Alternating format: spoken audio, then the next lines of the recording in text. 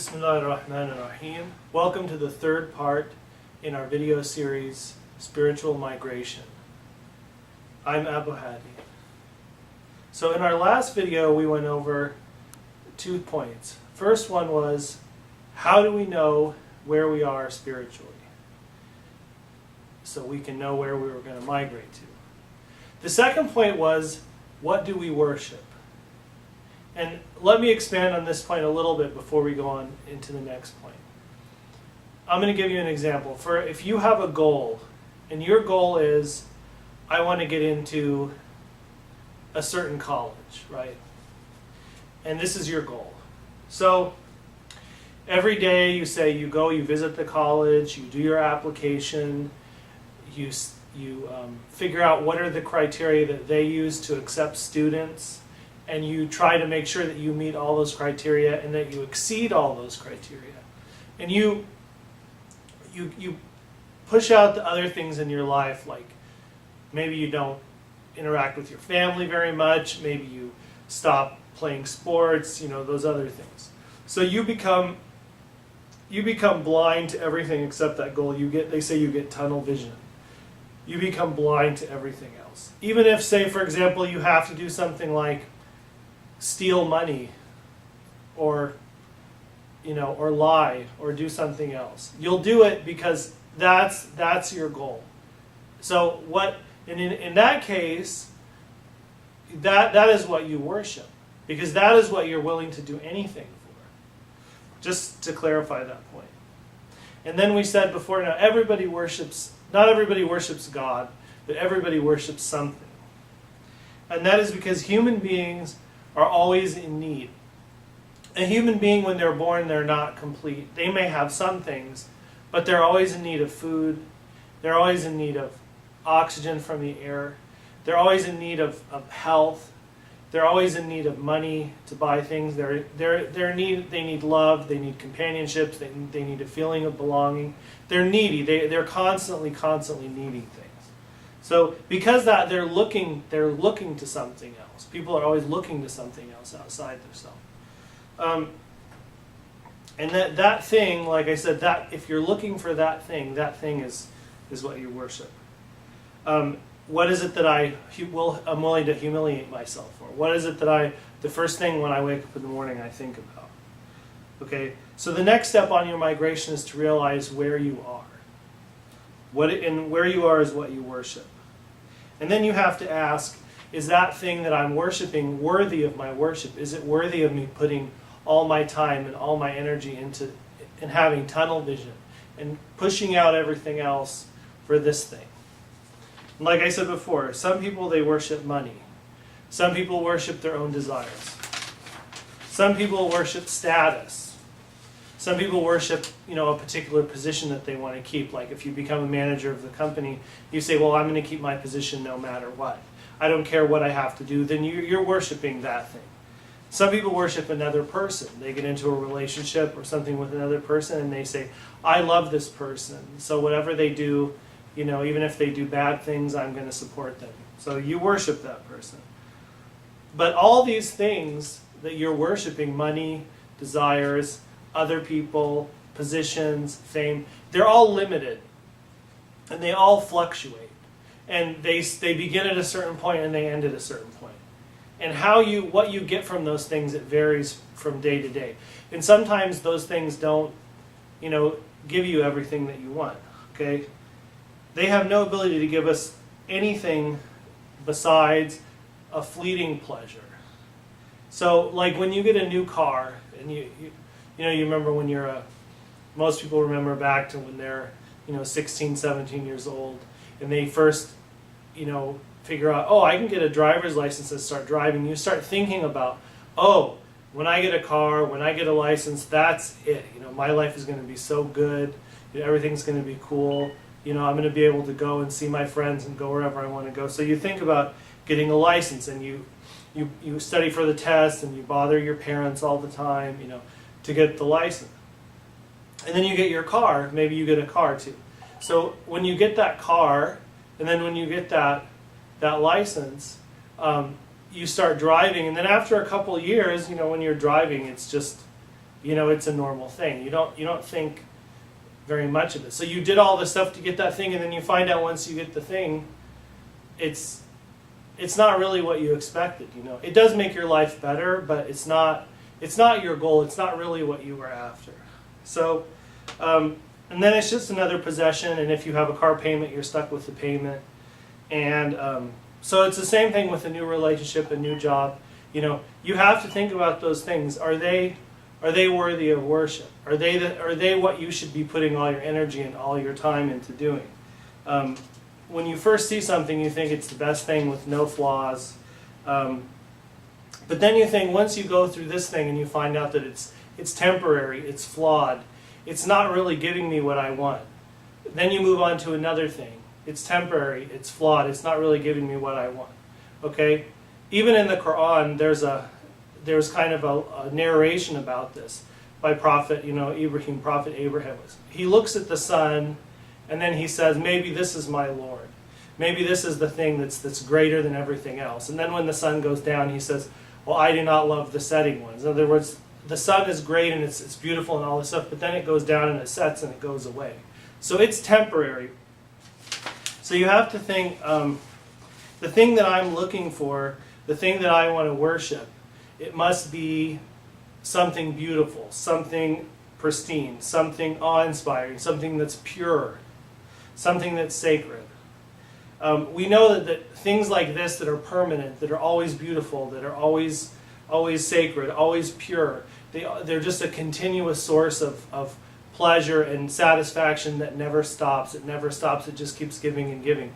We know instinctively, all of us know, that those things, that something like that doesn't exist in this world that we're living in now. Because everything that we've turned our attention to or that we worship has disappointed us.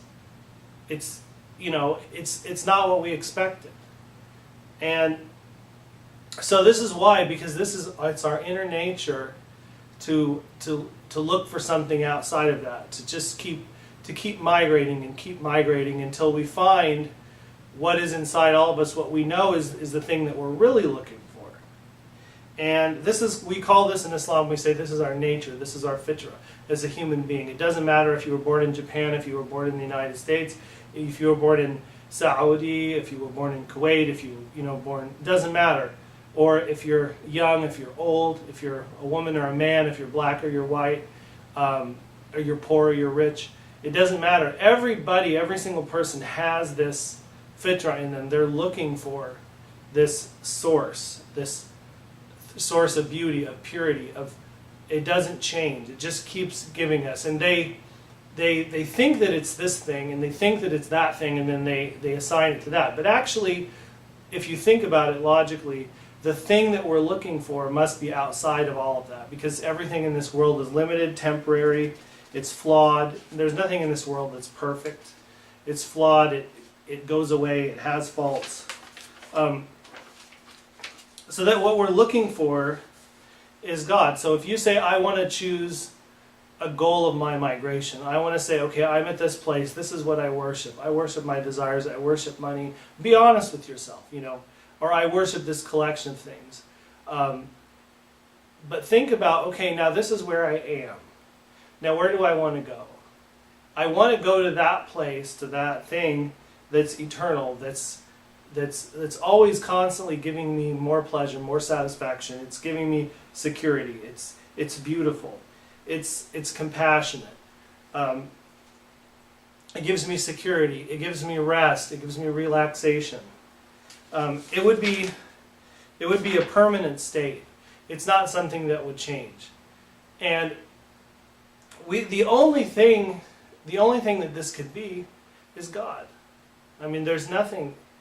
Like I said, we went through all these other things. So you have to choose the place of your migration. You have to say, okay, where do I want to go? Where do I, like that Microsoft commercial? It says, like, where do you want to go today? So spiritually, where do you want to go today? Do you want to stay in that place, or do you want to move to this thing that your fitra, that your inner nature says that really this is what you're seeking? So We have to think about that. So we already know what that thing is. Our inner nature tells us. It's something pure. It's something sacred.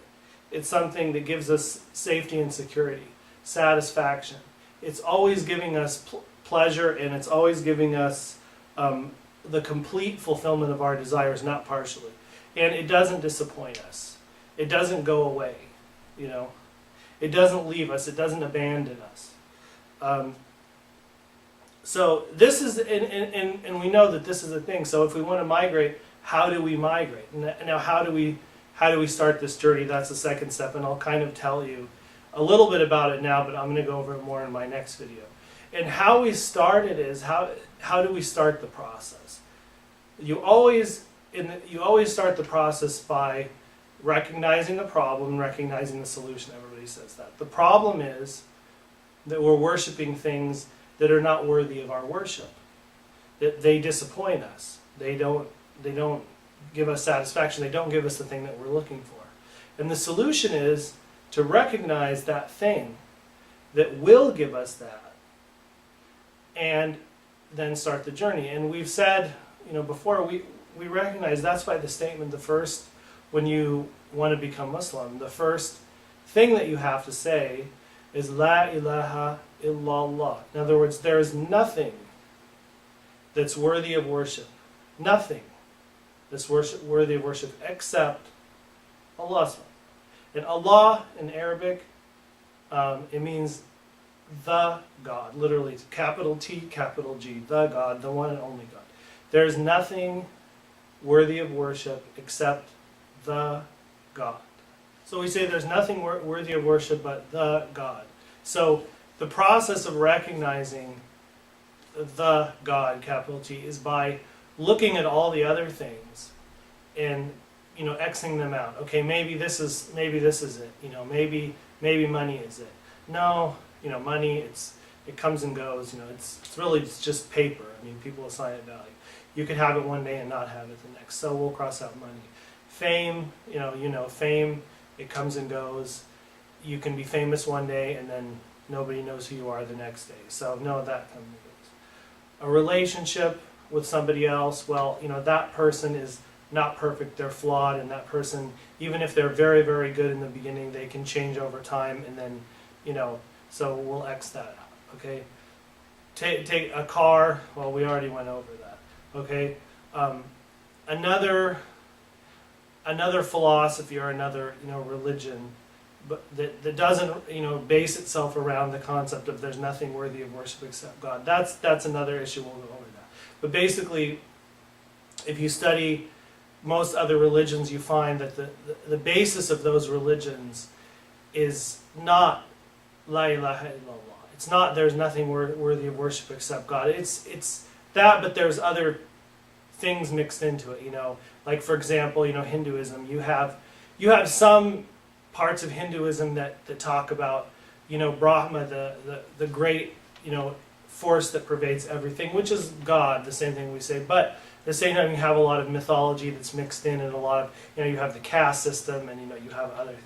So, and in Christianity, which is another subject which I'll talk about later, but basically that you go through all these things, and you go through all these things, and all that I'm asking you to do is just to be honest with yourself and say, is this thing worthy of my worship? This is where I am. First be honest with yourself and say, this is where I am. This is what I'm worshiping. Is this thing worthy of my worship? And think about it. And if it's not, then say, I can migrate. I can always migrate spiritually. And then what I just talked about, Allah, the God, capital letters, is this worthy of worship? Now, you may not know yet if it is or not, but keep watching the videos, keep watching the next videos, and I'll explain to you why this is the only thing that's worthy of worship.